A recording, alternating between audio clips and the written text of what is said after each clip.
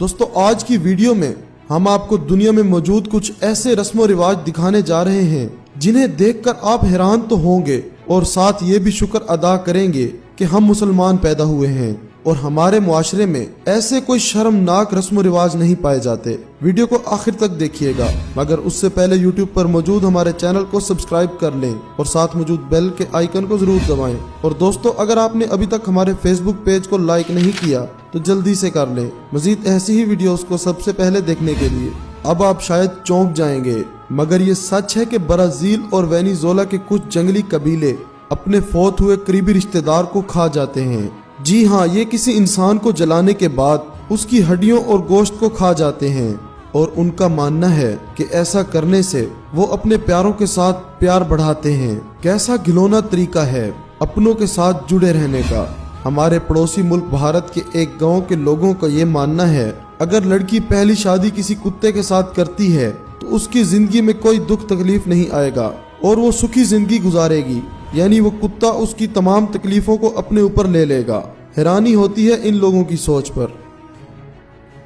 मैंने कुत्ते से शादी इसलिए की क्योंकि गांव वाले ऐसा मानते हैं, ऐसा सोचते हैं कि मुझ में जो दोस्त है वो कुत्ते से शादी करने से वो उस पर चला जाएगा और फिर इसके बाद जिससे मेरी शादी होगी उसकी उम्र भी लंबी होगी।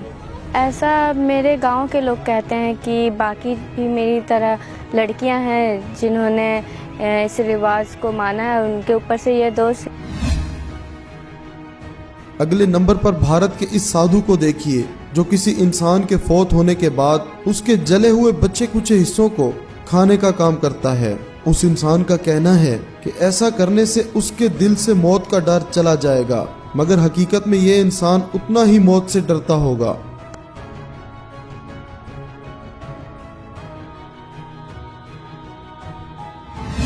अगले नंबर पर मलेशिया के पेनांग में होने वाले 9 देवताओं के त्योहार पर होने वाले इस रस्म रिवाज को देखिए। इस त्योहार में लोग आग पर चलने की वजह से काफी मशहूर हैं। ये लोग ऐसा मानते हैं कि अंगारों पर दौड़ने से ये लोग पाक हो जाएंगे और बुरे साए इनके सर से टल जाएंगे।